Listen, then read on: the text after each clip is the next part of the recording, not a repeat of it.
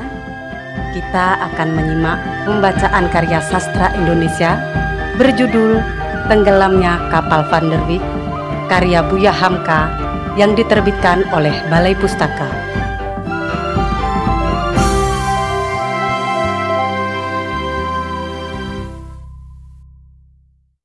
Pada bagian terdahulu, diceritakan Zainuddin mulai akrab dan jatuh cinta pada Hayati. Zainuddin mulai memiliki alasan untuk tinggal di Tanah Padang. Nah, bagaimana nasib hubungan keduanya di tengah ikatan adat? Mari kita simak pembacaan bagian kedua dari novel ini. Selamat mengikuti. Gemetar kedua belah tangan Hayati membaca surat yang demikian. Dibacanya. Tiba-tiba dengan tidak dia sadarinya, air mata telah mengalir di atas pipinya yang montok, yang membasahi bantal kalang hulunya. Terbayanglah di hadapannya wajah Zainuddin yang muram. Keluh yang senantiasa mengandung rahasia dalam. Yakinlah dia bahwa gerak dan bisik jantungnya bila mana melihat Zainuddin selama ini, rupanya bukanlah gerak sembarang, tetapi adalah gerak ilham. Gerak jiwa yang bertali dengan jiwa, gerak batin yang bertali dengan batin. Disekanya air mata yang mengganggu kemontokan pipi itu. Dia kembali duduk di pinggir pembaringan, ditengadahkannya mukanya ke langit, sambil berseru seorang dirinya yang hanya didengar oleh malaikat penjaga malam. Ya Ilahi, berilah perlindungan kepada hamba-Mu. Perasaan apakah namanya ini? Ya Tuhanku, tunjukkan ya Tuhan, dan nyatalah sudah kelemahan diriku. Apalah pertolongan yang akan dapat kuberikan? Dia meminta budi kepadaku, dan aku hanya Tuhan takdirkan menjadi perempuan jenis yang lemah. Tidak ada kepandaianku, hanyalah menangis. Tuhanku, benar, sebenar-benarnya hamba-Mu ini kasihan kepada makhluk yang malang itu. Dan, Tuhanku, hamba sayang akan dia. Hamba cinta dia. Jika cinta itu satu dosa, ampunilah dan maafkanlah. Hamba akan turut perintah-Mu. Hamba tak akan melanggar larangan, tak akan menghentikan suruhan. Akan hamba simpan, biarlah orang lain tak tahu. Tetapi, izinkan hamba ya Tuhan. Demikianlah. Hampir seluruh malam, Hayati karam dalam permohonannya kepada Tuhan. Supaya Tuhan memberi perlindungan dan tujuan di dalam hidupnya. Sebab sangat sekali surat Zainuddin mempengaruhi jiwanya. Dia merasa dirinya dalam gelap. Dia meminta cahaya. Bermacam-macam perasaan yang bergelora hebat semalam itu, dan jiwanya ganjil, beraneka warna, bercampur antara cinta dan takut, kesenangan pikiran dan kesedihan bertempur di antara pengharapan yang besar dan cinta-cinta yang rasanya patah. Dalam dia menangis, tiba-tiba berganti dengan tersenyum. Dalam tersenyum, dia kembali mengeluh panjang. Mengapa dia menangis? Entahlah, dia sendiri pun masih ragu. Apa sebab dia tersenyum? Padahal biasanya senyum dengan air mata itu adalah dua yang bermusuh, yang tak mau berdamai. Mengapa sekali ini dia damai? Jam di ruang tengah telah berbunyi 2 kali. Hanya detiknya dan bunyi jangkrik di sudut rumah yang memecahkan kesunyian malam. Dalam keadaan yang demikian, Hayati tertidur. Adapun yang berkirim surat, Zainuddin, lain pula halnya. Meskipun anak-anak muda di surau tempatnya tidur telah berlayar dalam mimpi lautan yang enak, bahkan kadang-kadang kesepian itu dipecahkan oleh dengkur 2 atau 3 orang anak-anak, dia masih bermenung. Melihatkan bulan terang benderang, bulan di antara tanggal 15 dengan 16, muram dan damai. Bermenung di beranda surau seorang dirinya, tidak merasai takut dan gentar. Diperhatikannya langit yang jernih itu. Seakan-akan dia mengajak bulan bercakap, mengajak bintang bercengkerama. Dia ajak alam besar itu bertutur. Percakapan jiwanya sendiri seakan-akan mengadukan nasibnya yang malang. Yang patut alam itu ikut meratapinya.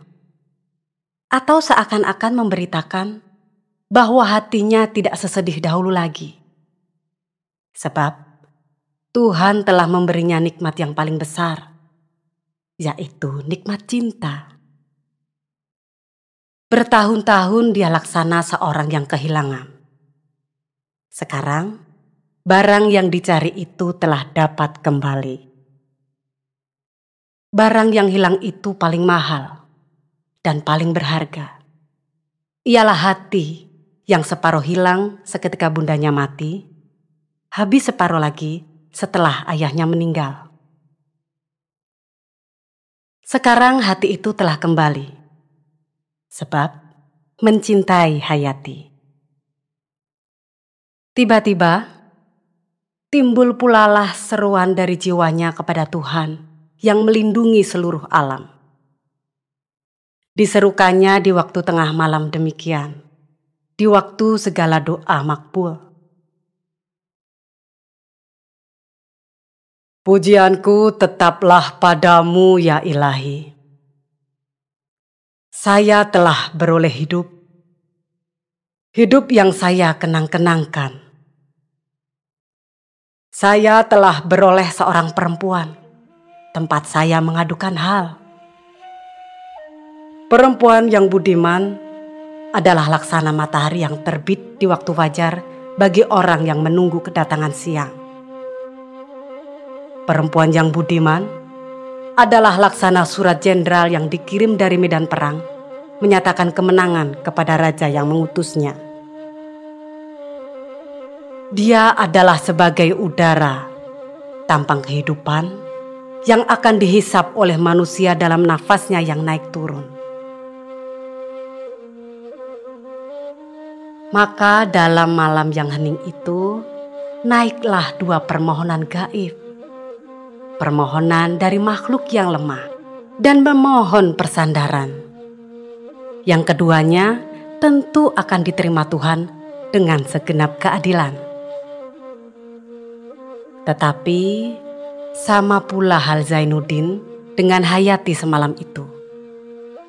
Dia ingat surat yang dikirimnya. Barangkali dia salah.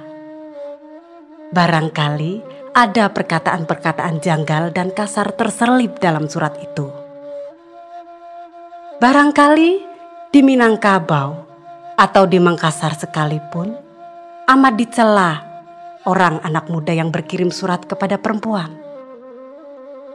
Barangkali akan terlepas Hayati selama-lamanya dari tangannya, sebab dia dipandang rendah budi. Ketakutan dan kecemasan itu diusirnya pula segera. Dia usir dengan perkataan, "Surat itu kutulis dengan tulus ikhlas. Kutulis dengan jiwa yang tentram dan tidak bermaksud jahat. Bersalah besar saya kepada hati sendiri jika perasaan itu tidak dicurahkan. Berbahaya benar jika perasaan demikian hanya disimpan-simpan saja. Nyampangku mati sekarang. Kebetulan Hayati tak tahu aku mencintainya. Dan hanya didapatinya keterangan dari notes yang kutinggalkan. Alangkah remuk hatinya. Dia telah menyebabkan seorang makhluk yang malang mati berulang jantung.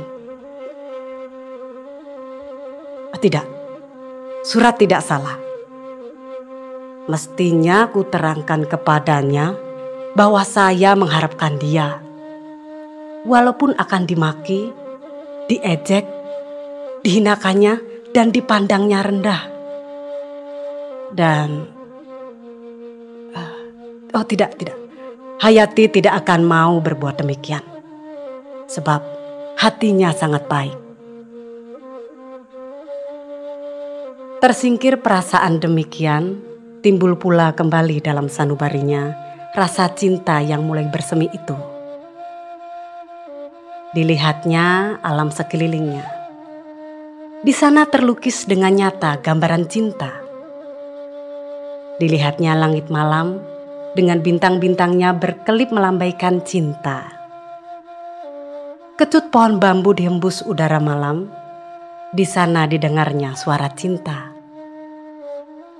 Didengarnya alam itu melakukan lagu percintaan. Karena memang Tuhan jadikan segenap alam ini dengan cinta.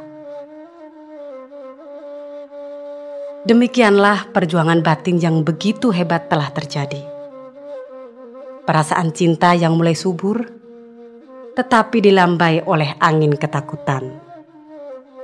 Sehingga besoknya pagi-pagi, setelah matahari terbit dan Zainuddin bangun dari tidurnya, dia merasa takut dan malu akan bertemu dengan Hayati. Takut suratnya tidak akan diterima.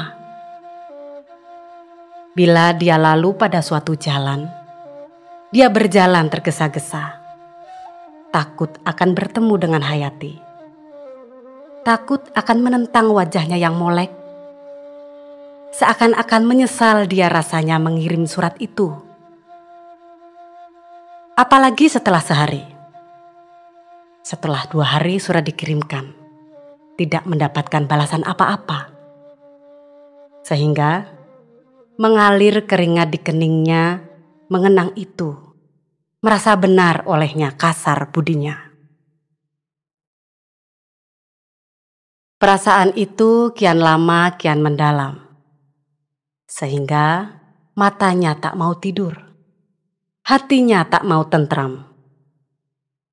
Pernah juga dia akan bertemu di satu jalan, dia mengencong ke tempat lain.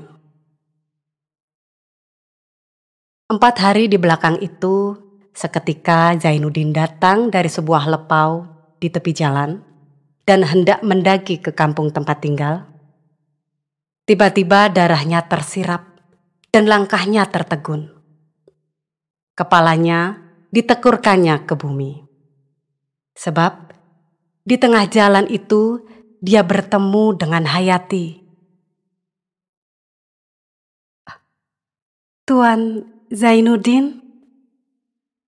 ujar Hayati dengan tiba-tiba. Perkataan itu, walaupun halus laksana buluh perindu, tetapi bagi Zainuddin sama rasanya dengan vonis yang ditunggu oleh seorang pesakitan yang menunggu hukumannya di muka hakim. Hukum bebaskah atau hukum bunuh? Akan tetapi dibebaskan sangat tipis harapannya.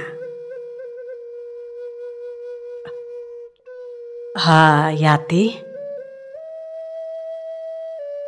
mengapa sudah 4 hari Tuan tak kelihatan? Bila bertemu di tengah jalan, Tuan serupa mengelakkan diri. Dikumpulkannya kekuatan, disirnakannya segala ketakutannya, dan dijawabnya perkataan Hayati. Meskipun mula-mulanya masih gagap mulutnya. Saya malu, Hayati. Saya takut. Tidak perlu Tuan merasa takut lantaran surat Tuan. Surat yang begitu indah susunannya, menarik dan membuka kunci pintu hati manusia. Jadi, adakah suratku itu mendapat penerimaan yang baik? Surat itu bagus sekali, menyedihkan dan merawankan, dibuat dengan hati yang tulus dan ikhlas rupanya. Itu terasa kepada diriku.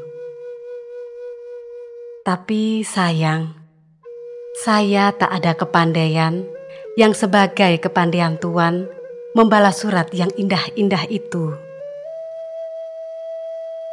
Bukankah sudah kuterangkan bahwa aku tak meminta balasan? Yang aku minta hanya satu. Jangan dikecewakan hati orang yang berlindung kepadamu. Demikianlah. Jika yang telah lama cari-mencari itu, sekarang telah bertemu muka. Biarkanlah kedua makhluk itu berhenti sejurus, memberikan kemerdekaan bagi hati berkata. Mata bertemu dengan mata, hati berkata dengan hati, dan lidah sama-sama bisu tak dapat mencukupkan. Berkirim-kiriman surat. Sejak dapat diketahui oleh Zainuddin bahwa suratnya diterima baik oleh Hayati, bahwasanya pengharapannya bukanlah bagai batu jatuh ke lubuk, hilang tak timbul-timbul lagi, melainkan beroleh bujukan dan pengharapan. Maka kembalilah dia pulang ke rumah bakonya, tempatnya menumpang dengan senyum tak jadi. Senyum panas bercampur hujan. Dia melengong ke kiri dan ke kanan, menghadap ke langit yang hijau, ke bumi yang nyaman, dan ke sawah yang luas. Ke puncak Merapi Permai, laksana bersepukan emas. Ke air yang mengalir dengan hebatnya di Batang Gadis. Seakan-akan dihadapinya semua alam yang permai itu membangga, menerangkan sukacita hatinya. Dia merasa bahwa keberuntungan yang demikian belum dirasainya selama hayatnya. Ini adalah sebagai ganjaran Tuhan atas kesabaran hatinya menanggung sengsara telah bertahun-tahun. Bila mana dia bertemu dengan seorang temannya, mau dia rasanya menerangkan rahasianya, supaya orang itu turut tersenyum dengan dia. Jangan dia seorang saja merasai kelezatan cinta. Bertemu beberapa orang kecil yang sedang bermain di halaman atau sedang bermain layang-layang di sawah yang baru disabit. Mau rasanya dia mendermakan segala harta benda yang ada padanya kepada anak-anak itu, untuk memuaskan rasa gembira yang baru dikecapnya selama dia hidup. Sampai di surau tempat dia tidur, ditulisnyalah sepucuk surat kepada Hayati. Karena lebih merdeka, dan lebih luas dia mendapat menyusun kata menumpahkan perasaan hatinya. Bila mana ditulisnya. Hayati, meskipun mula-mula saya bertemu sesudah surat itu kukirim, tanganku gemetar. Maka sambutanmu yang halus atas kecemasanku telah menghidupkan semangatku kembali.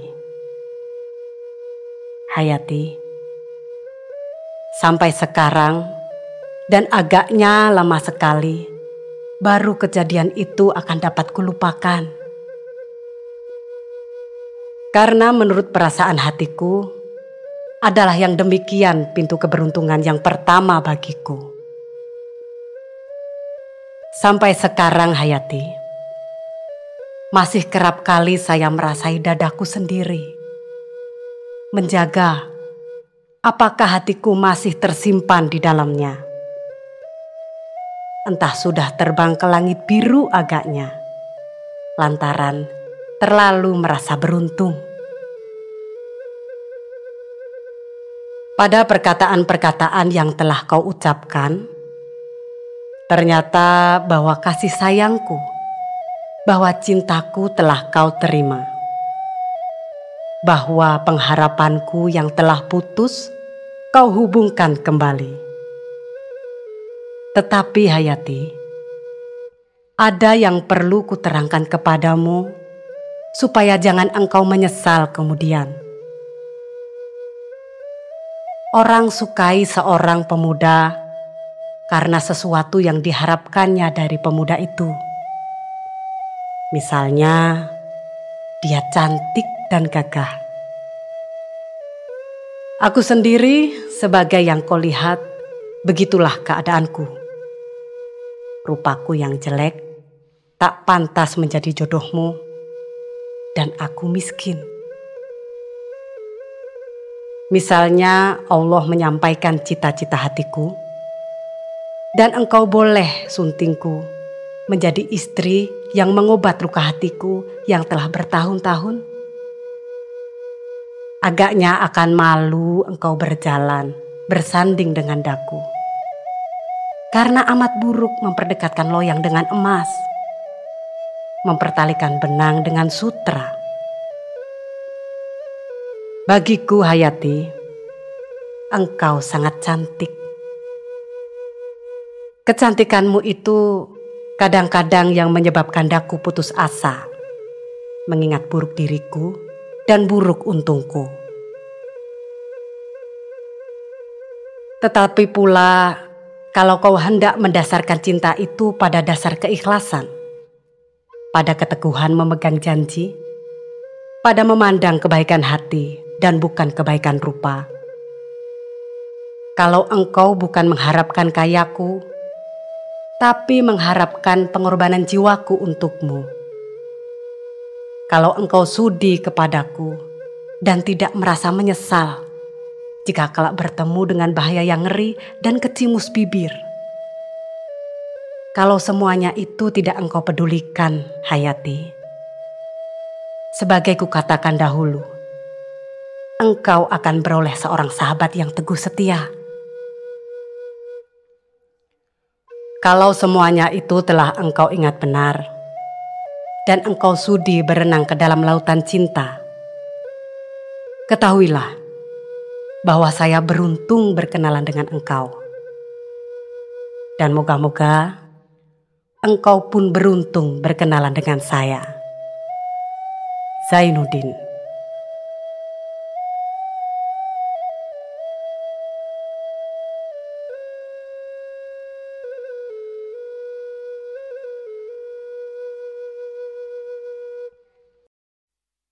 Surat yang ketiga. Sahabatku Hayati, sebagai kukatakan dahulu, lebih bebas saya menulis surat daripada berkata-kata dengan engkau.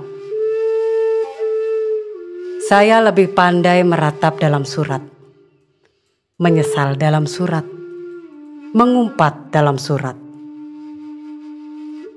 Karena bila mana saya bertemu dengan engkau, maka matamu yang sebagai bintang timur itu senantiasa menghilangkan susun kataku.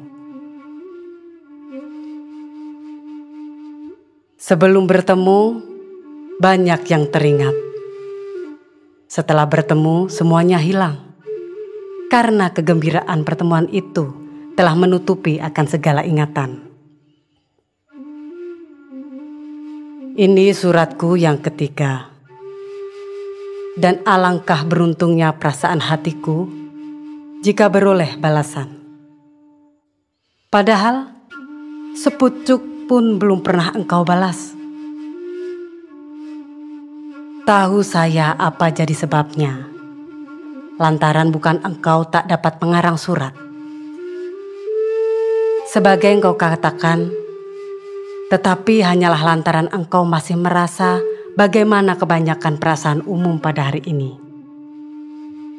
Bahwasanya berkirim-kiriman surat percintaan itu adalah aib dan cela yang paling besar. Cinta palsu dan bukan terbit dari hati yang mulia. Tapi, Hayati, perasaan saya lain dari itu.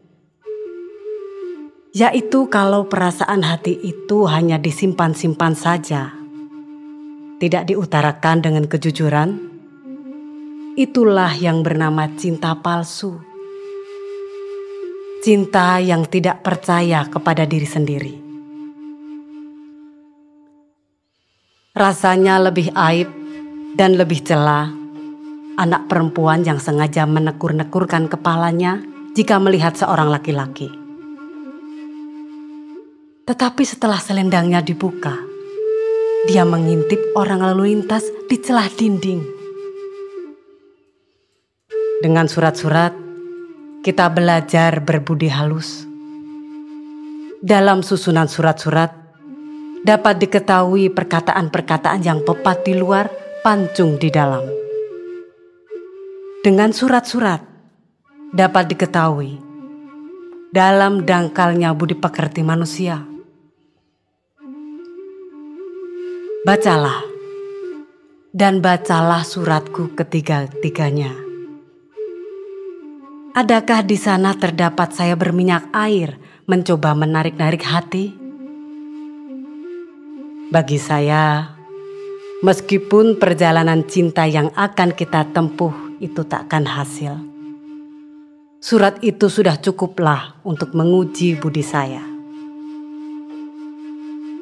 Kirimlah surat kepadaku tanda jujurmu, tanda benar-benar engkau hendak membela diriku. Kirimlah, dan janganlah engkau takut bahwa surat itu akan saya jadikan perkakas untuk membuka rahasiamu. Jika ternyata engkau mungkir atau tak sanggup memenuhi janji.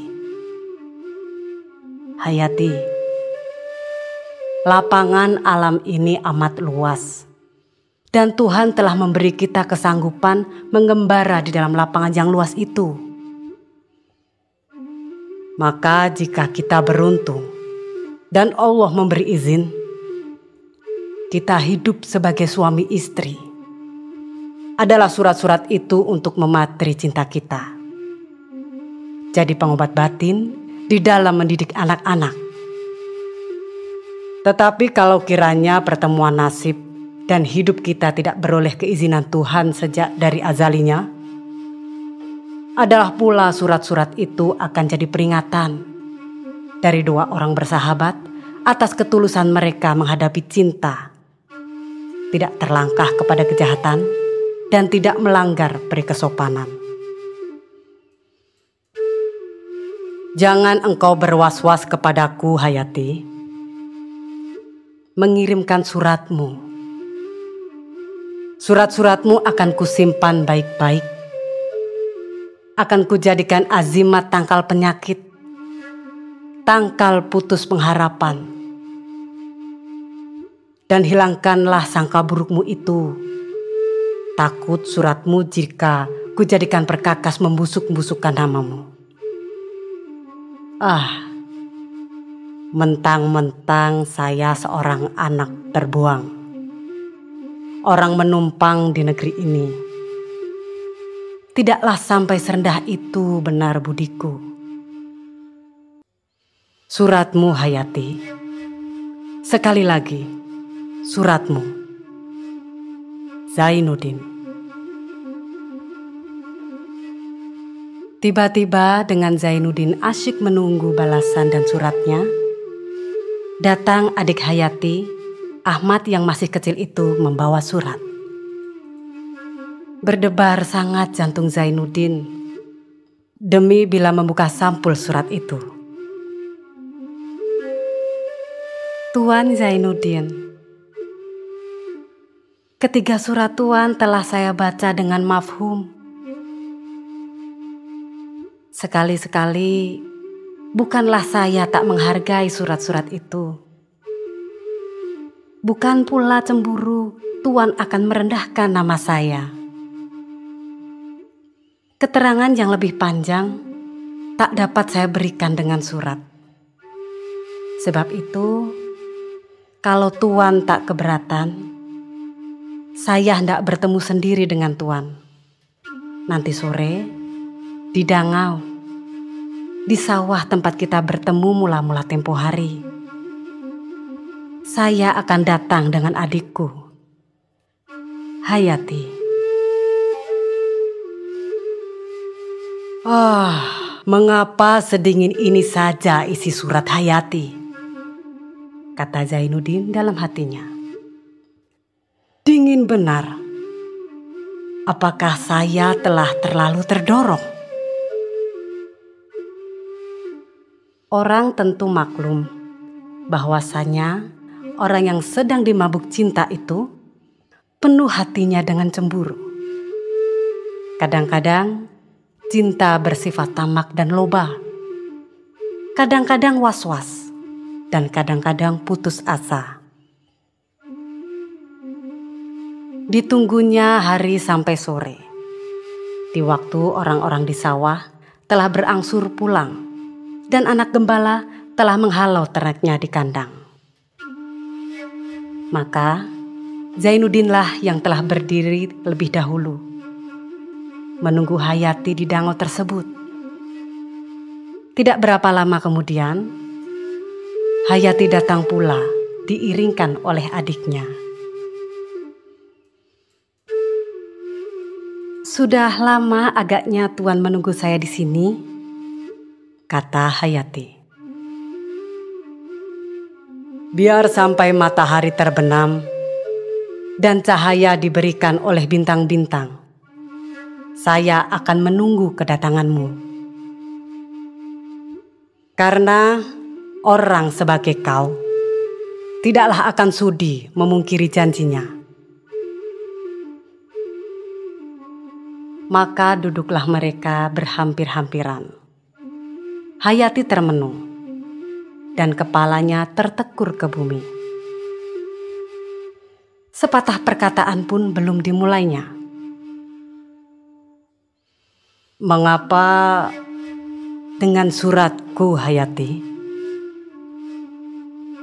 Besarkah kesalahan saya, makanya kau tak sudi membalasnya, hingga perlu pula memberi keterangan kemari dahulu? Hayati, ini hari yang tersimpan dalam dadaku, hati yang tersimpan dalam dadaku.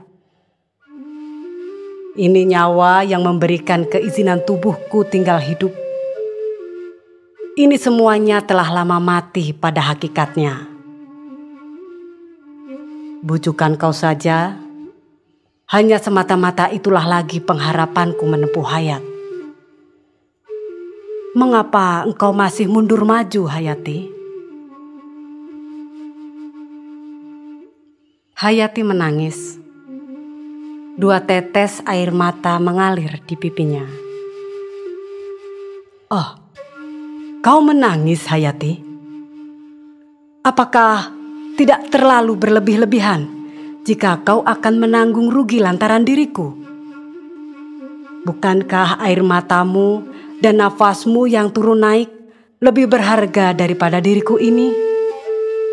Oh, jangan kau menangis, Hayati. Kau boleh menentukan vonis, mengambil keputusan terhadap diriku. Nyatakan bahwa cintaku kau balas, kalau memang kau ada mempunyai itu. Itulah kelak akan jadi modal hidup kita berdua.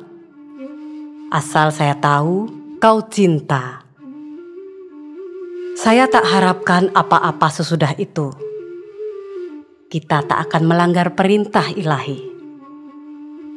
Tetapi kalau kau memang tak merasa terhadap diriku, sebagai yang kurasa, kau tak cinta kepadaku. Nyatakanlah itu dengan terus terang, sebagai pernyataan seorang sahabat kepada sahabatnya. Kalau keputusan itu yang kau berikan, walaupun mukaku akan hitam menghadapimu di sini lantaran malu, saya akan tahan. Saya sudah biasa tahan tergiling dari kecilku. Bukan begitu, Tuan Zainuddin. Bukan saya benci kepada Tuan, karena saya kenal budi baik Tuan. Saya merasa kasihan di atas segala penanggungan yang menimpa pundak Tuan. Tapi Tuan, sebuah yang saya takutkan, yaitu saya takut akan bercinta-cintaan. Kau takut? Ya, sebab pepatah telah pernah menyebut bahwasanya orang memburu cinta adalah laksana memburu kijang di rimba belantara. Bertambah diburu, bertambah jauh dia lari, dan akhirnya tersesat dalam rimba, tak bisa pulang lagi. Saya takut akan terikat percintaan, karena saya seorang gadis kampung yang telah lama kematian ibu. Harta benda yang banyak itu bukanlah kepunyaanku, tetapi di bawah kuasa suku. Saya miskin dan papa. Saya tak ada ibu yang mengasuh, tak mempunyai saudara yang akan membela. Tapi apakah engkau percayakah bahwa hatimu suci dan tiada bermaksud jahat kepada sesama manusia, Hayati? Cuma itulah pedomanku, Tuan. Saya percaya hatiku suci dan tiada bermaksud jahat kepada sesama manusia. Kalau ada kepercayaanmu demikian, maka Tuhan tidaklah menyia-nyiakan engkau. Sembahlah Dia dengan khusyuk dan ingat Dia waktu kita senang, supaya Dia ingat pula kepada kita di waktu kita sengsara. Dialah yang akan membimbing tanganmu. Dialah yang akan menunjuk haluan hidup kepadamu. Dialah yang akan menerangi jalan yang gelap. Jangan takut menghadapi cinta. Ketahuilah bahwa Allah yang menjadikan matahari dan memberinya cahaya. Allah yang menjadikan bunga dan memberinya wangi. Allah yang menjadikan tubuh dan memberinya nyawa. Allah yang menjadikan mata dan memberinya penglihatan. Maka Allah pula lah yang menjadikan hati dan memberinya cinta. Jika hati kau diberinya nikmat pula dengan cinta sesama hatiku, marilah kita pelihara nikmat itu sebaik-baiknya. Kita jaga dan kita pupuk. Kita pelihara supaya jangan dicabut Tuhan kembali. Cinta adalah irodat Allah. Dikirimnya ke dunia supaya tumbuh. Kalau dia terletak di atas tanah yang lekang dan tandus, tumbuhnya akan menyiksa orang lain. Kalau dia datang kepada hati yang keruh dan kepada budi yang lemah, dia akan membawa kerusakan. Tetapi jika dia hinggap kepada hati yang suci, dia akan mewariskan kemuliaan, keikhlasan, dan taat kepada Ilahi. Sedang Zainuddin berkata-kata demikian, Hayati masih tetap menekurkan kepalanya. Air matanya lebih banyak jatuh dari yang tadi. Mengapa kau masih menangis, Hayati?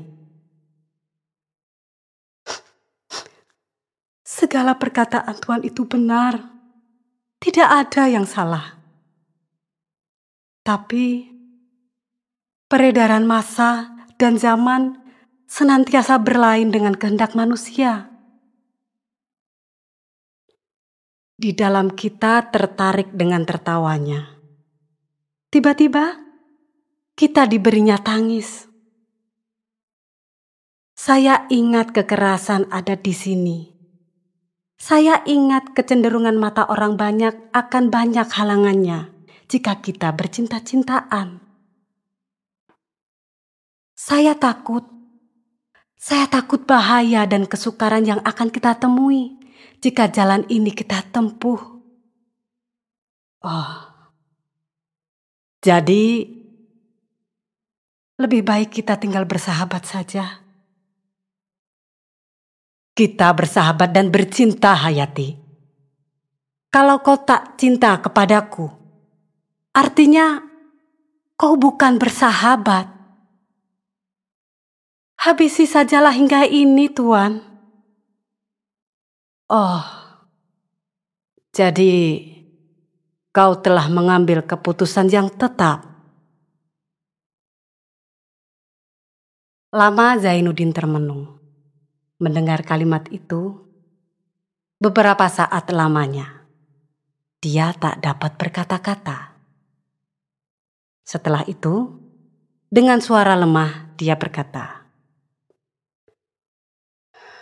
"Baiklah, Hayati.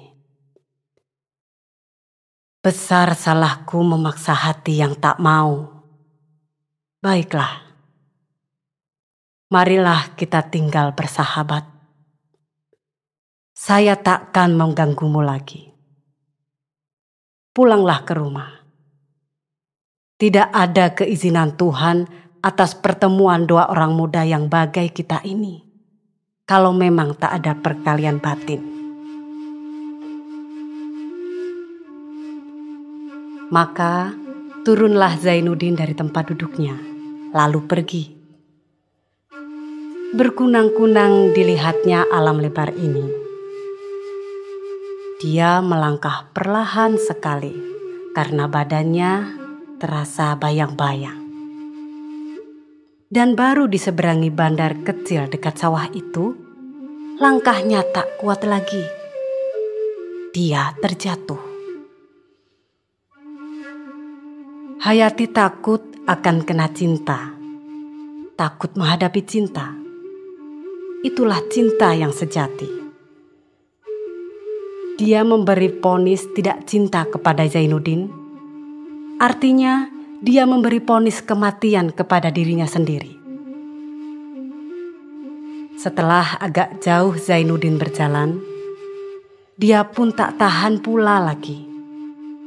Dia meniarap ke lantai di dangau itu menahan hatinya. Dan hati tidak juga tertahan. "Ahmad," katanya kepada adiknya dengan tiba-tiba. Adiknya lalu berdiri di samping dangau itu, dan matanya pun turut balut menangis. "Ini saya, Kak." "Panggilkan Tuan Zainuddin kembali." Maka Berlari-larilah Ahmad mengejar Zainuddin. Didapatinya Zainuddin tengah duduk tersimpuh di tepi bandar air yang akan mengalirkan orang ke sawah. Dibimbingnya pulang ke dangau itu kembali. "Apa, Hayati? Saya cinta akan dikau. Biarlah hati kita sama-sama dirahmati Tuhan. Dan saya bersedia menempuh segala bahaya yang akan menimpa dan sengsara yang mengancam. Hayati, kau kembalikan jiwaku, Hayati. Kau izinkan aku hidup.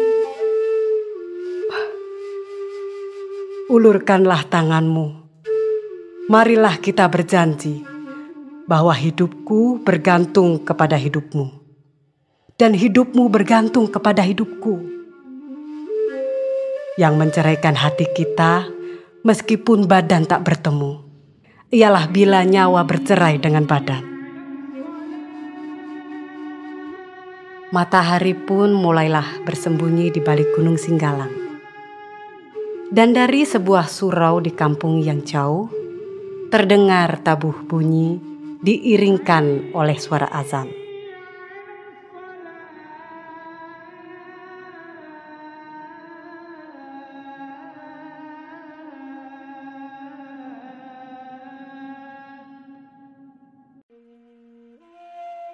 Pemandangan di dusun.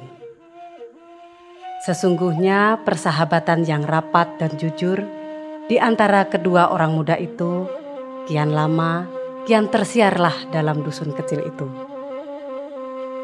Di dusun belumlah orang dapat memandang kejadian ini dengan penyelidikan yang seksama dan adil. Orang belum kenal percintaan suci. Yang terdengar sekarang, yang pindah dari mulut ke mulut, ialah bahwa Hayati, kemenakan Datuk, telah berintaian, bermain mata, berkirim-kiriman surat dengan orang Bengkasar itu. Gunjing, bisik dan desus, perkataan yang tak berujung pangkal, ratalah dan pindah dari satu mulut ke mulut yang lain. Jadi pembicaraan dalam kalangan anak-anak muda yang duduk di pelataran lepau petang hari. Sehingga akhirnya telah menjadi rahasia umum. Orang-orang perempuan berbisik-bisik di pancuran tempat mandi. Kelak, bila kelihatan Hayati mandi di sana, mereka pun berbisik dan mendaham sambil melihat kepadanya dengan sudut mata. Anak-anak muda yang masih belum kawin dalam kampung itu sangat naik darah.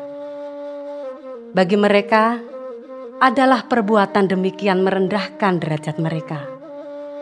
Seakan-akan kampung tak berpenjaga.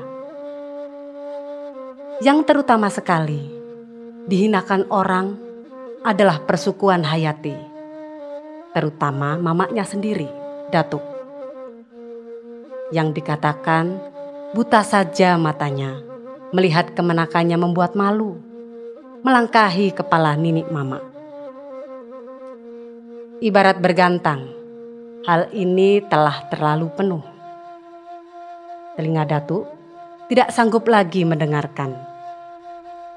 Sehingga pada suatu malam dicarinya Zainuddin, dibawanya berbicara bermuka-muka. "Zainuddin," ujarnya, "telah banyak nian pembicaraan orang yang kurang enak ku dengar terhadap dirimu dan diri kemenakanku.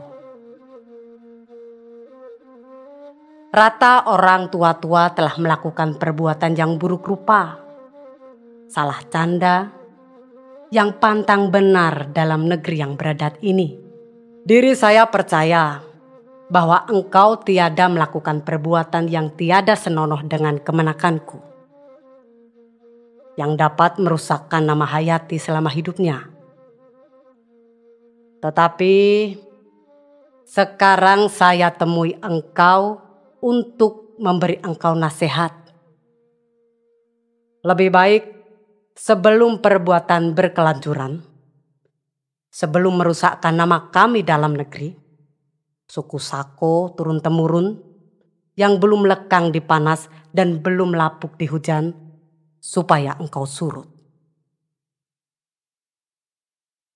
Tercengang Zainuddin menerima pembicaraan yang ganjil itu. Bagai ditembak petus tunggal rasa kepalanya. Lalu dia berkata, "Mengapa engkau berbicara demikian rupa kepada diriku? Sampai membawa nama adat dan turunan. Haruskah hal itu saya tanyai? Karena di dalam adat kami di Minangkabau ini, keponakan di bawah lindungan mama. Hayati orang bersuku, berhindu, berkaum kerabat. Bukan dia orang sembarang. Saya akui hal demikian engkau. Tetapi itulah kemalangan saya. Mengapa dahulunya saya berkenalan dengan dia? Mengapa mata hati saya terjatuh kepadanya? Dan dia sambut kemalangan untungku dengan segenap belas kasihan. Cuma sehingga itu perjalanan perkenalan kami selama kami hidup. Lain tidak. Ya, tapi kasihan Hayati. Engkau sendiri tahu bagaimana dia dipandang bunga dalam persukuannya. Dahulu dia lurus, gembira. Tetapi sekarang telah pemenung dan pehibah hati. Hatinya telah rusak binasa semenjak berkenalan dengan engkau. Dan kalau diperturutkan, agaknya badannya akan kurus kering. Dan kalau dia terus binasa, bukankah segenap persukuan dan perlindungan di rumah Gedang kehilangan mustika? Zainuddin, serba susah saya di dalam hal ini. Nama saya sendiri, gelar pusaka turun-temurun, menjadi buah mulut orang. Dikatakan mama yang tak pandai mengatur kemenakan. Dan lagi engkau sendiri, belumlah tinggi pemandangan orang kepada didikan sekolah. Kejadian ini telah mereka pertalikan dengan sekolah. Itulah bahaya anak kemenakan diserahkan ke sekolah.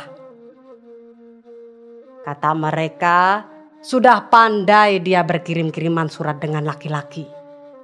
Padahal bukan jodohnya. Sebab itu sangatlah saya minta kepadamu, Zainuddin. Sudilah kiranya engkau melepaskan Hayati dari dalam kenanganmu. Dan berangkatlah dari negeri Batipuh yang kecil ini segera untuk kemaslahatan Hayati. Oh, artinya engkau merenggutkan jantung saya dari dada saya, jawab Zainuddin sambil menekur. Engkau seorang laki-laki, Zainuddin. Sakitmu ini hari bolehlah engkau obat besok dan lusa.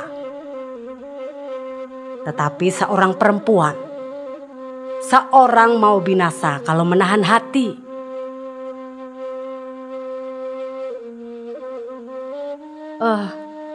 Tidak engkau. Hati laki-lakilah yang kerap remuk lama. Perempuan dapat segera melupakan hidupnya di zaman muda. Dengan sangat saya minta engkau berangkat saja hari ini. Untuk kemaslahatan Hayati yang engkau cintai. Untuk kemaslahatan Hayati yang engkau cintai. Perkataan ini terhujam ke dalam jantung Zainuddin. laksana panah yang sangat tajam. Dia teringat dirinya, tak bersuku, tak berhindu, anak orang terbuang, dan tak dipandang sah dalam adat Minangkabau. Sedangkan Hayati, seorang anak bangsawan, turunan penghulu-penghulu, pucuk bulat urat tunggang yang berpendam perkuburan, bersasap jerami di dalam negeri Batipuh itu. Alangkah besarnya kurban yang harus ditempuh Hayati jika sekiranya mereka langsung kawin. Dan tentu Hayati tiada akan tahan menderita pukulan yang demikian hebat. Dia termenung mengingat untungnya yang hanya mengecap lezat cinta laksana bayang-bayang dalam mimpi. Tetapi cinta suci tiada menempuh kurban.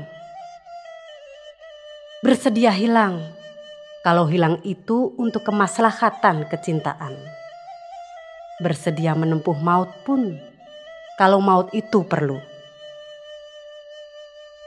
Karena bagi cinta yang murni, tertinggal jauh di belakang pertemuan jasmani dengan jasmani, terlupa pergabungan badan dan badan, hanyalah keikhlasan dan kesucian jiwa yang diharapkannya. Angkatlah kepalamu Zainuddin, berilah saya kata putus, ujar Datuk pula. Diangkatnya kepalanya dan kelihatanlah air matanya merapi. Berilah saya keputusan, berangkatlah. Baiklah engku. Didekatinya Zainuddin, ditepuknya bahu anak muda itu dengan perlahan seraya berkata, "Moga-moga Allah memberimu perlindungan." Dia pergi dan Zainuddin ditinggalkannya masih termenung. Hayati duduk di ruang tengah merendai sehelai sarung bantal. Entah sarung bantal persiapan kawin, tidaklah kita ketahui. Tiba-tiba Datuk masuk ke rumah dan berdiri dekat Hayati sambil berkata, "Sudahkah engkau tahu, Hayati?" "Apa engku?" "Zainuddin." Muka Hayati kelihatan pucat dan jahitannya terlepas dari tangannya. "Zainuddin telah saya suruh pergi dari Batipuh. Kalau dia hendak menuntut ilmu juga, sebagai niatnya bermula, lebih baik dia pergi ke Padang Panjang atau Bukit Tinggi saja. Dia telah mau." Meskipun dengan sepayah-payahnya Hayati menahan hatinya, namun mukanya nyata pucat kelihatan. Terlompat juga pertanyaan dari mulutnya. "Apa sebab engkau suruh dia pergi?" "Banyak benar fitnah-fitnah orang terhadap dirinya dan dirimu sendiri, Hayati." "Tapi perhubungan kami suci, tidak bercampur dengan perbuatan yang melanggar sopan santun." Hayati, jangan engkau ukur keadaan kampungmu dengan kitab-kitab yang engkau baca. Percintaan hanyalah khayal dongeng dalam kitab saja. Kalau bertemu dalam pergaulan hidup, celah besar namanya. Merusakkan nama, merusakkan nini mama, orang kampung, rumah halaman. Zainuddin bukan mencintai saya sebagai engkau katakan itu. Tetapi dia hendak menuruti jalan yang lurus. Dia hendak mengambil saya jadi istrinya. "Mana bisa jadi, gadis? Menyebut saja pun tidak pantas. Kononlah melangsungkan. Bagaimana tidak akan bisa jadi? Bukankah Zainuddin manusia? Bukankah dia keturunan Minangkabau juga? Upi, baru kemarin engkau memakan garam dunia. Kau belum tahu belit-belitnya. Bukankah kau sembarang orang? Bukan tampan Zainuddin itu jodohmu. Orang yang begitu tak dapat untuk menguntungkan hidupmu. Pemenung, pengibah hati, dan kadang-kadang panjang angan-angan. Di zaman sekarang, haruslah suami penumpangkan hidup itu. Seorang yang tentu pencaharian, tentu asal-usul. Jika perkawinan dengan orang yang demikian langsung, dan engkau boleh beranak, kemanakah anak itu akan berbako? Tidakkah engkau tahu bahwa Gunung Merapi masih tegak dengan teguhnya? Adat masih berdiri dengan kuat. Tak boleh lapuk oleh hujan, tak boleh lekang oleh panas. Oh, engku, mengapa engku sampai hati membunuh Zainuddin dan membunuh kemanakan engku sendiri? Tidak, Hayati. Kau harus tenangkan pikiranmu. Hari ini kau bersedih karena segala sesuatu kau pandang dengan mata percintaan, bukan mata pertimbangan. Akan datang zamannya kau sadar. Kau puji perbuatanku dan tidak kau sesali. Moga-moga habis cinta kau kepadanya, karena cinta demikian berarti menghabiskan umur dan perbuatan sia-sia. Mamakmu bukan membunuh, tetapi meluruskan kembali jalan kehidupanmu. Pengalamanku telah banyak. Mamak tak pandai membaca yang tertulis, tetapi tahu pahit dan getirnya hidup ini. Hayati menangis, menangisi nasib sendiri dan menangisi Zainuddin. Dia meniarap ke ujung kaki mamaknya, meminta dikasihani. Tetapi percuma. Percuma menanamkan padi di sawah yang tak berair. Percuma mendagikan akar sirih, memanjat batu. Percuma meminta sisik kepada limbat. Sekarang kau menangis, dan nanti kau akan insaf sendiri, ujar mamaknya pula sambil menarikan kakinya yang sedang dipagut oleh Hayati perlahan-lahan. Zainuddin baru saja sampai ke rumah bakonya. Mande Jamilah telah menyambutnya dengan muka pucat pula.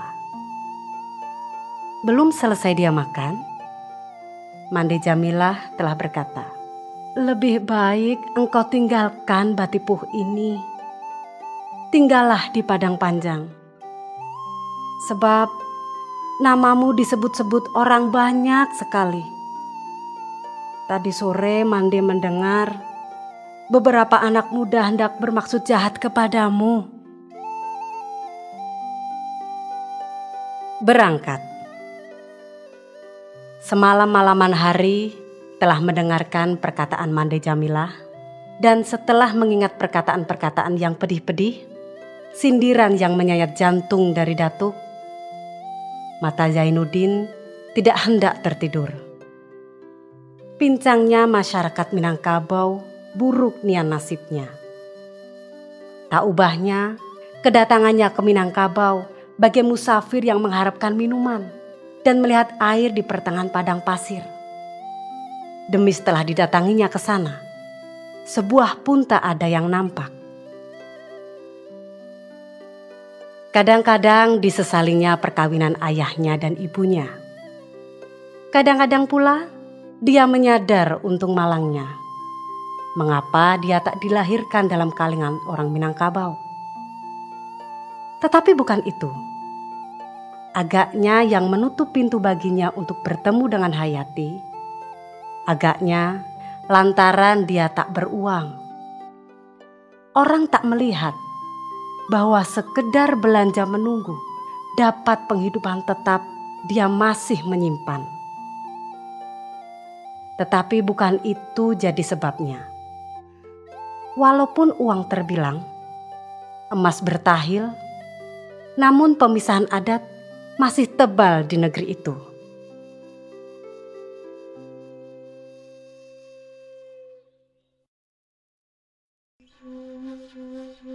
Ia diusir meskipun dengan cara halus. Perbuatannya dicela, namanya dibusukkan. Seakan-akan tersuci benar negeri Minangkabau ini dari dosa. Seorang anak muda yang berkenalan dengan seorang anak perempuan dengan maksud baik, maksud hendak kawin, dibusukkan, dipandang hina. Tetapi seorang yang dengan gelar bangsawannya, dengan titel datuk, dan penghulunya mengawini anak gadis orang berapa dia suka, dia kawin di sana, cerai di sini, tinggalkan anak di kampung anu, dan cicirkan di kampung ini, tidak tercela, tidak dihinakan. Seorang anak muda yang datang ke kampung, yang lahir dari perkawinan sah, dan ibunya bukan pula keturunan sembarang orang, malah Melayu pilihan dari Bugis, dipandang orang lain. Tetapi harta seorang ayah yang seandainya akan turun kepada anaknya, dirampas, dibagi dengan nama adat kepada kemenakannya. Kadang-kadang pula pemberian ayah kepada anaknya semasa dia hidup diperkarakan dan didakwa ke muka hakim oleh pihak kemenakan, tidak tercela, bahkan terpandang baik. Ke dalam masyarakat apakah saya telah terdorong dan kaki saya telah terjerumus? Kata Zainuddin dalam hatinya. Timbul kebencian yang sangat di dalam hatinya. Tetapi kebencian itu pun sirnalah sebentar itu juga, bila diingat bahwa ayahnya berasal dari sana. Dan dia pun asal dari sana meskipun orang lain tak mengakui. Lebih lagi, bukankah Hayati dilahirkan dalam kalangan itu? Boleh dikatakan tiada terpicing matanya semalam itu. Setelah ayam berkokok tanda siang, dia telah turun membasuhi mukanya ke halaman dan mengambil wudhu, terus sembahyang subuh. Tidak berapa saat kemudian, fajar pun terbitlah dari jihad timur, kicau murai di pohon kayu dan kokok ayam di kandang. Laksana serunai nafiri mengeluh-elukan kedatangan Maharaja Siang yang menang dalam perjuangan. Awan di timur dan di barat, berbagai-bagai rona nampaknya. Laksana menunjukkan perayaan alam yang tiap-tiap pagi dan tiap-tiap sore. Tak lama kemudian, sebelum tanah dan jalan raya yang meliku-melekok melalui negeri-negeri kecil di padang panjang kesumpur, ditimpa cahaya matahari, maka puncak Gunung Merapi dan Singgalang telah kena cahaya lebih dahulu. Amat indahnya Laksana disepuh dengan emas juwita. Di waktu demikian, kelihatanlah orang-orang dusun keluar dari rumahnya, berselimut kain sarung, dan perempuan-perempuan berkain telekung dan menjinjing buli-buli. Tak lama kemudian, matahari pun terbitlah. Semua itu dilihat oleh anak muda itu sambil menarik napas. Dia kelihatan berjalan dengan gontainya di halaman yang luas dari rumah adat yang berderet-deret. Setelah menjabat tangan Mande Jamilah yang mengantarkannya sampai ke halaman. Semuanya dengan perasaan yang amat sayu. Dia melangkah. Langkahnya tertegun-tegun. Di tengah rumah Hayati, sengaja ditekurkannya kepalanya karena sudah putus harapannya hendak bertemu. Bunga harum berbakar duri, yang dari sana penyakitnya, tapi di sana pula obatnya. Meskipun rumpun bambu yang berderet di tepi jalan membawa udara dan bunyi yang menyegarkan pikiran, bagi orang sebagai Zainuddin, semuanya itu hanyalah menambah penyakit. Sebab negeri Batipuh, negeri yang ditujunya dari kampung kelahirannya, akan tinggal. Halaman tempat bermain akan tinggal. Surau tempatnya bermalam akan tinggal. Dangau tempat dia bermula menjalin janji dengan Hayati, dan akan tinggal Hayati sendiri. Tiba-tiba, setelah kira-kira setengah jam dari dia meninggalkan kampung yang permai itu, mengayun langkah yang gontai, gonjong rumah-rumah telah mulai ditimpa cahaya pagi. Di suatu pendakian yang agak sunyi di tepi jalan menuju Padang Panjang, kelihatan olehnya seorang perempuan berdiri, berbimbing tangan dengan seorang anak laki-laki. Orang itu ialah Hayati sendiri dan adiknya Ahmad yang berdiri menunggunya. Bergoncang sangat hatinya demi melihat anak perempuan itu. Lidahnya seakan-akan terkunci. Tapi demi dilihatnya muka anak perempuan itu tenang saja. Timbullah malu dalam hatinya hendak menunjukkan kesedihan. Setelah lama dia tegak termenung menantang muka Hayati, barulah dia dapat berkata, "Rupanya ada juga niat hatimu hendak menungguku di sini, Hayati." "Memang Tuan Zainuddin, engkau tak akan kubahasakan Tuan lagi. Memang Zainuddin sahabatku. Sejak saya dengar sikap yang telah diambil oleh mamaku, terancamlah perhubungan kasih sayang kita. Dan orang kampungku telah syakwa sangka kepada kita yang bukan-bukan. Sebab itu saya datang kemari melepasmu pergi. Dan biar engkau pergi sejauh-jauhnya pun, namun jiwamu telah dekat dengan jiwaku. Sekali seorang anak perempuan yang jujur telah memberikan bujukan kepada seorang laki-laki yang menghamparkan saya pengharapan, maka selama hidupnya kematianlah yang akan menceraikan perjanjiannya itu. Zainuddin kekasihku, berangkatlah. Biar jauh sekalipun ku lepaskan. Tetapi harapanku hanya sebuah. Engkau sekali-sekali tak boleh putus asa. Jangan diberi hatimu berpintu, sehingga kesedihan dan kedukaan masuk ke dalam. Cinta bukan kelemahan hati, bukan membawa putus asa, bukan menimbulkan tangis sedan. Tetapi cinta menghidupkan pengharapan. menguatkan hati dalam perjuangan menempuh onak dan duri penghidupan. Berangkatlah, dan biarlah Tuhan memberi perlindungan bagi kita. Hayati, ujar Zainuddin. Amat besar harganya perkataanmu itu bagiku. Saya putus asa atau saya timbul pengharapan dalam hidupku yang belum tentu tujuannya ini. Semuanya bergantung bukan pada diriku, bukan pula kepada orang lain, tetapi kepada engkau sendiri, Hayati.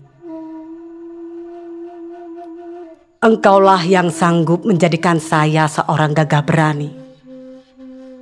Tapi engkau pula yang sanggup menjadikan saya sengsara selamanya. Engkau boleh memutuskan harapanku. Engkau pun sanggup membunuhku. Kalau demikian, hari inilah saya terangkan di hadapanmu, di hadapan cahaya matahari yang baru naik, di hadapan roh ibu bapa yang sudah sama-sama berkalang tanah. Saya katakan bahwa jiwaku telah diisi sepenuh-penuhnya oleh cinta kepadamu.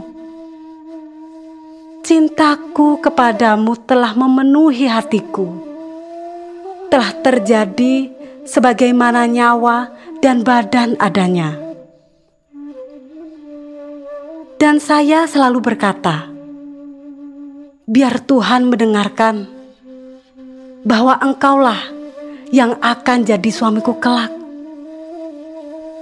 Jika tidak sampai di dunia, biarlah di akhirat. Dan saya tiadakan khianat kepada janjiku. Tidak akan berdusta di hadapan Tuhan dan di hadapan arwah nenek moyangku, ujar Hayati. Berat sekali sumpahmu, Hayati. Tidak berat. Demikianlah yang sebenarnya. Dan jika engkau, kekasihku, berjalan jauh atau dekat sekalipun, entah tidak kembali dalam masa 1 tahun, masa 2 tahun, masa 10 tahun, entah hitam negeri Batipuh ini baru engkau kembali kemari, namun saya tetap menunggumu. Carilah bahagia dan keberuntungan kita kemanapun juga. Namun saya tetap untukmu. Jika kita bertemu pula, saya akan tetap bersih dan suci. Untukmu, kekasihku, untukmu. Allah yang tahu bagaimana beratnya perasaan hatiku hendak melepasmu berangkat pada hari ini. Tapi apa yang hendak kuperbuat selain sabar? Tuhan telah memberi saya kesabaran.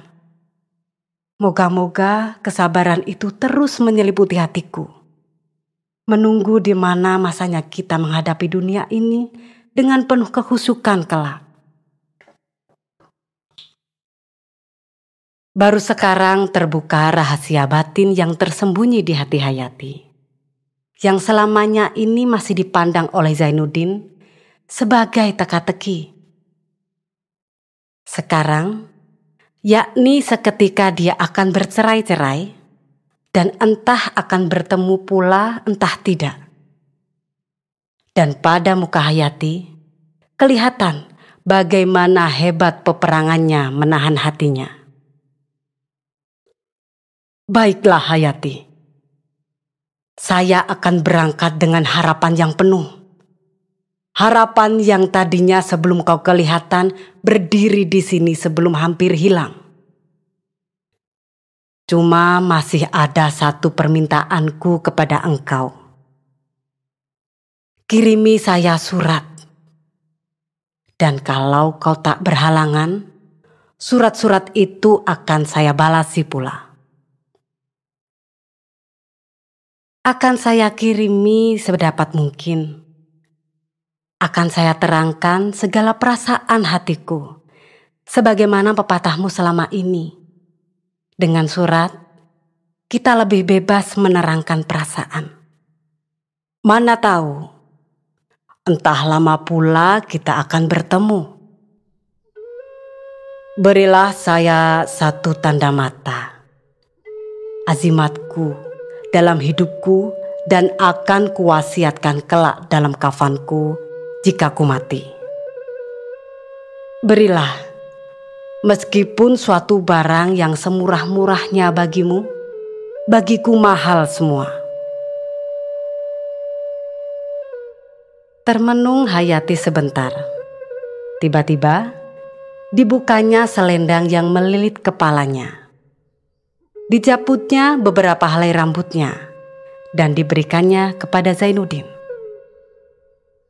Inilah, terimalah, selamat jalan. Digamitnya adiknya Ahmad itu dengan tangannya. Dia pun berpaling muka, berjalan dengan cepat-cepatnya menuruni jalan raya itu dan membelok ke jalan kecil menuju kampung halamannya. Sementara Zainuddin tak dapat berkata sepatah juga lagi. Tidak berapa menit kemudian, kelihatanlah dari jauh sebuah bendi yang sedang mendaki dan kudanya berjalan dengan gontai. Muatannya kosong. Bendi itulah yang mengejutkannya sehingga terhenti dari tekurnya. Menumpang ke Padang Panjang, ujarnya. Di Padang Panjang. Tidak berapa jauh jaraknya dusun Batipuh dengan kota Padang Panjang. Kota yang dingin di kaki Gunung Singgalang itu. Tetapi bagi Zainuddin, dusun itu telah jauh. Sebab tak dapat bertemu dengan Hayati lagi. Apalagi budi pekertinya terlalu tinggi. Kalau budinya rendah, sejam atau 2 jam tentu dia telah dapat menemui Hayati. Dipilihnya tempat tinggal di kampung Silaing. Penurunan akan menuju kota Padang, yang dari sana dapat dilihat kaki Singgalang dan bukit-bukitnya yang dipenuhi tumbuhan tebu. Di sana dapat pula didengarkan derum sungai Ana yang mengalir dasar. Apalagi sunyi dan sepi serta merawankan hati. Suatu kampung yang amat disukai oleh penyair. Mula-mula saja dia tinggal di Padang Panjang. Telah dikirimkan sepucuk surat kepada Mak Base, yang di dalamnya ditulisnya serba ringkas bagaimana penanggungannya tinggal di Minangkabau. Tak lama kemudian, datang balasan dari orang tua yang dikasihinya itu. Mengajaknya lebih baik pulang saja, kembali ke Makassar, sementara dia masih hidup. Tetapi Zainuddin tidak hendak kembali sebelum maksudnya berhasil. Dia hendak memperdalam penyelidikannya dari ilmu dunia dan akhirat, supaya kelak dia menjadi orang yang berguna. Memang sejak meninggalkan Batipuh, telah banyak terbayang cita-cita dan angan-angan yang baru dalam otak Zainuddin. Kadang-kadang terniat di hatinya hendak menjadi orang alim, jadi ulama, sehingga kembali ke kampungnya membawa ilmu. Kadang-kadang hapus perasaan demikian dan timbul niatnya hendak memasuki pergerakan politik, menjadi leader dari perkampungan rakyat. Kadang-kadang dia hendak menjadi ahli syair, mempelajari kesenian yang dalam. Itulah 3 tabiat, 3 kehendak yang mengalir dalam darahnya yang terbawa dari turunannya. Sebab ayah dari ibunya, yaitu Daeng Manipi, seorang beribadat. Demikian juga ayahnya di hari tuanya. Ibunya seorang perempuan pehibah hati, tabiat ahli syair. Terlunta-luntalah keadaannya seketika itu, mula-mula menjejak padang panjang itu, belum juga tentu haluannya. Beberapa hari Jumat kemudian, di waktu orang-orang dari dusun, dari gunung, Batipuh Pitalah, Sumpur, Kota Lawas, dan sekitar kota Padang Panjang pergi ke pasar, datanglah Ahmad adik Hayati membawa sepucuk surat buat Zainuddin. Demikian bunyinya. Kekasihku, Tuan, meskipun tak berapa jauh antaranya Batipuh dengan kota Padang Panjang, namun engkau telah terpisah dariku. Engkau telah jauh. Dan pada persangkaanku, sukar pula kita akan bertemu kembali. Karena boleh dikatakan berpagar aur berkeliling, langkah ini senantiasa dicurigai oleh keluarga. Meskipun di Padang Panjang ini ada rumah seorang sahabatku, Khadijah, tentu pula saya tak dapat datang dengan leluasa ke sana. Sebab saya telah diberhentikan dari sekolah. Kalau tak ada sebab-sebab yang penting, tak boleh keluar rumah. Telah jauh engkau sekarang, kekasihku. Alangkah besarnya kemalanganmu dan kesengsaraanku. Alangkah gelapnya dunia di sekitarku.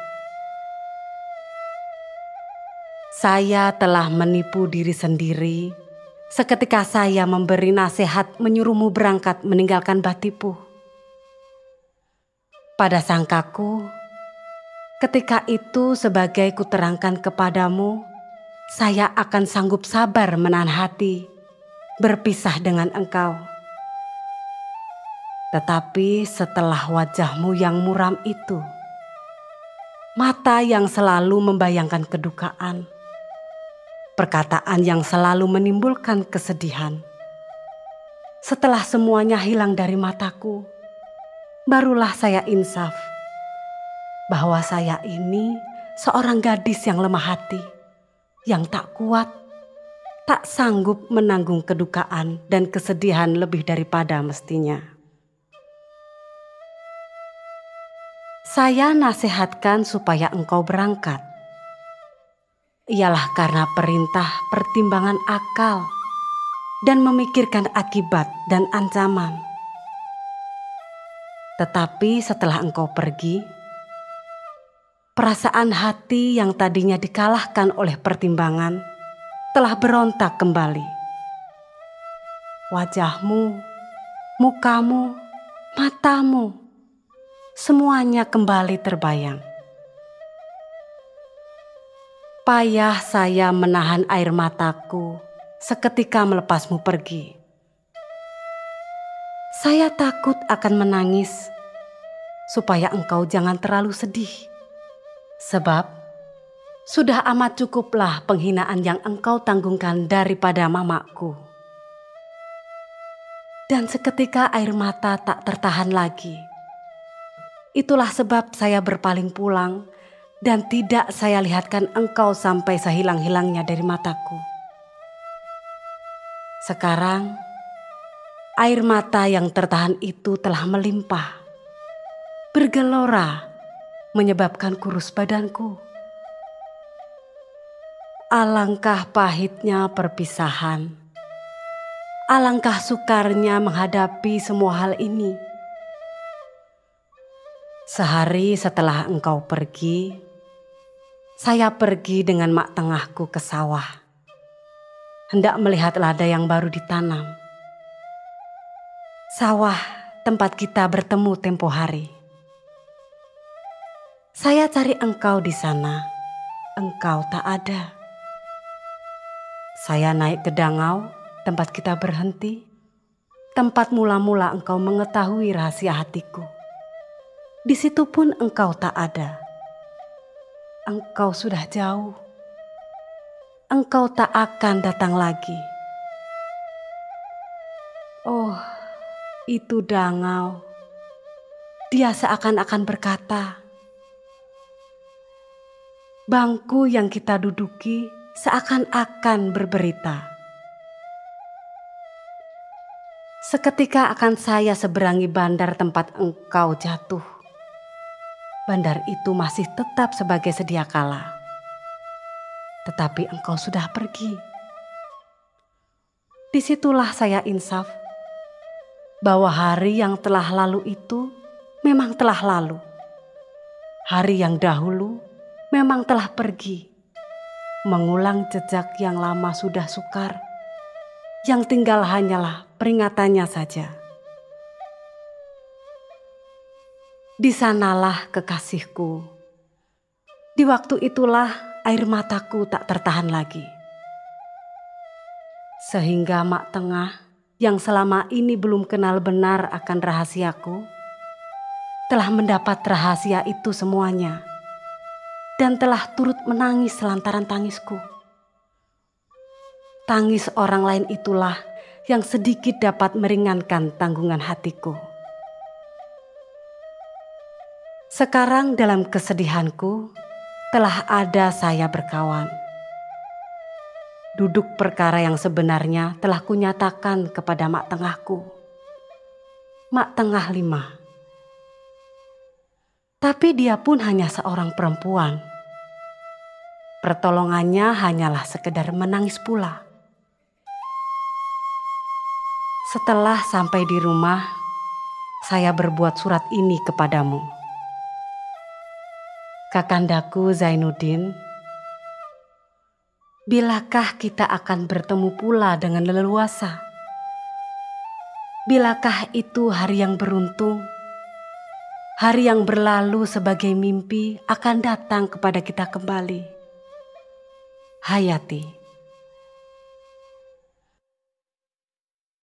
Hari Jumat di mukanya, surat itu telah dibalas oleh Zainuddin. Demikian bunyinya. Adinda Hayati.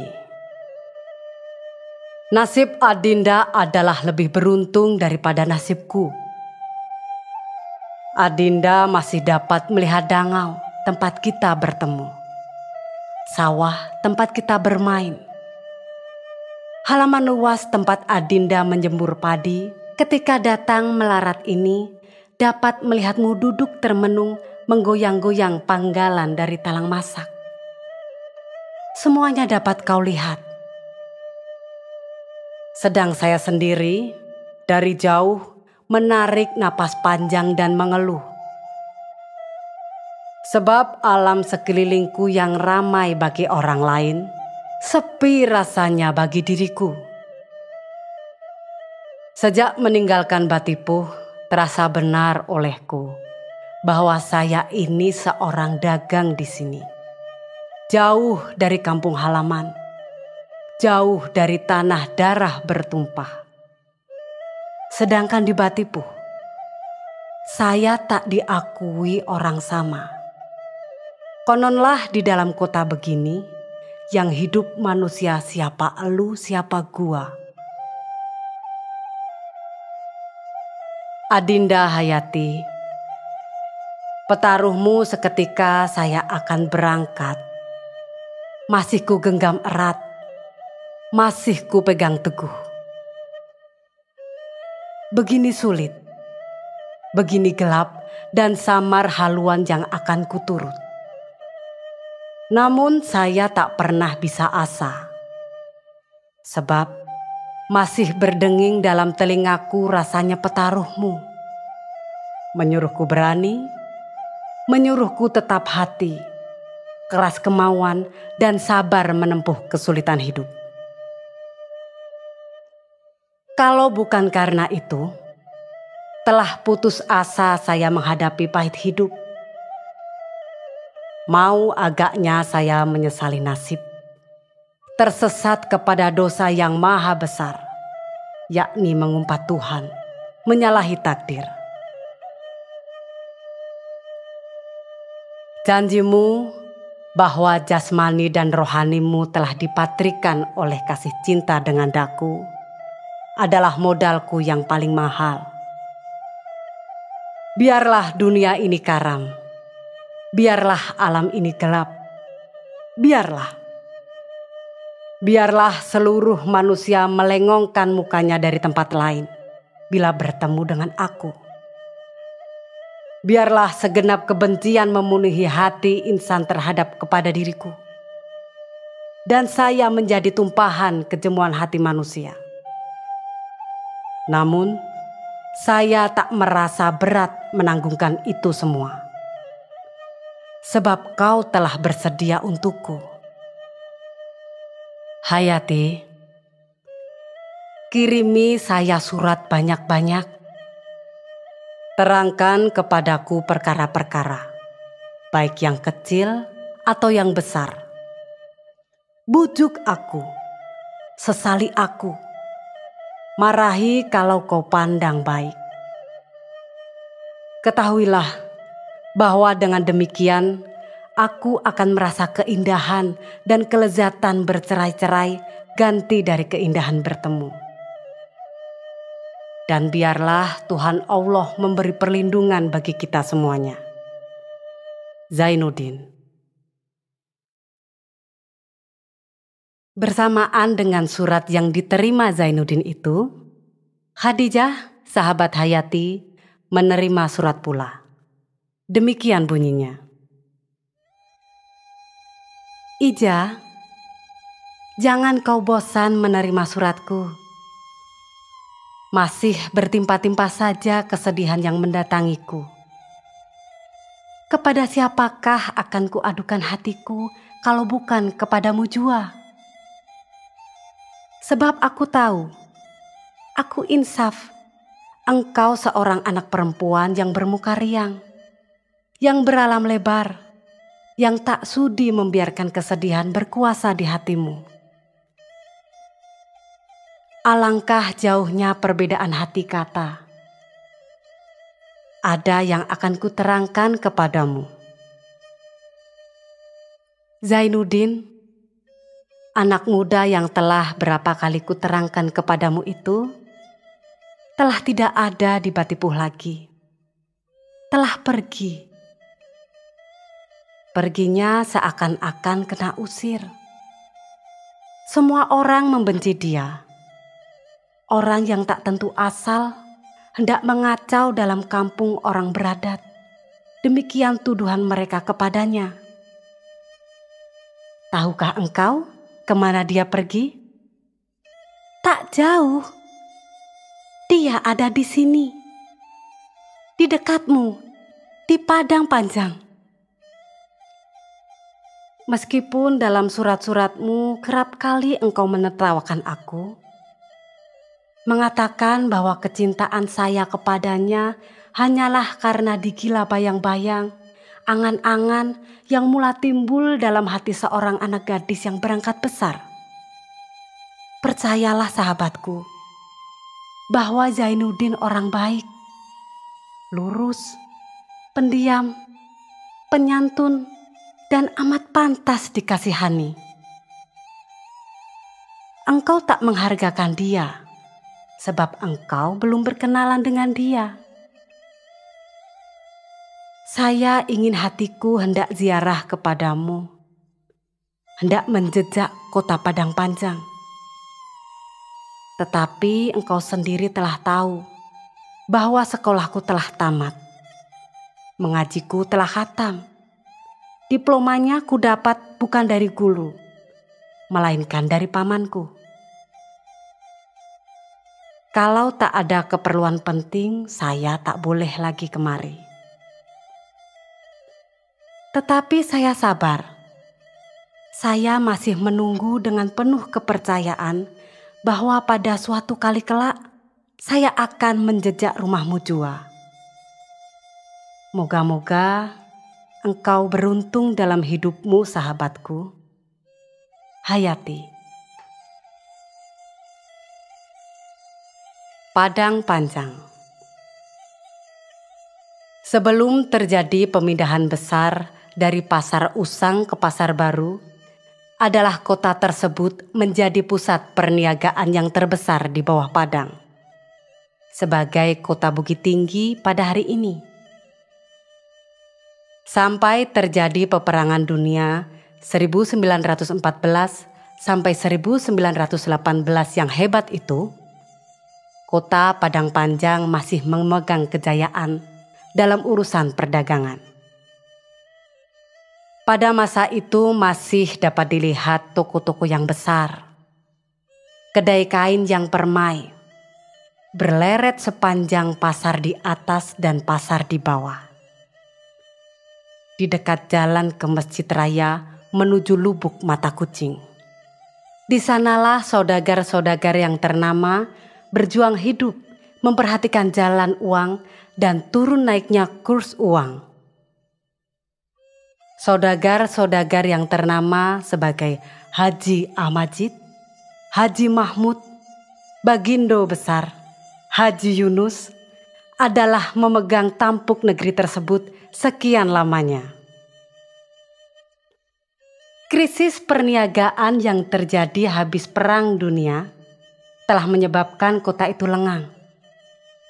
Saudagar-saudagar yang masyhur dan ternama telah banyak yang meninggal dunia. Yang muda-muda banyak yang jatuh. Sehingga dalam setahun dua saja lenganglah negeri itu.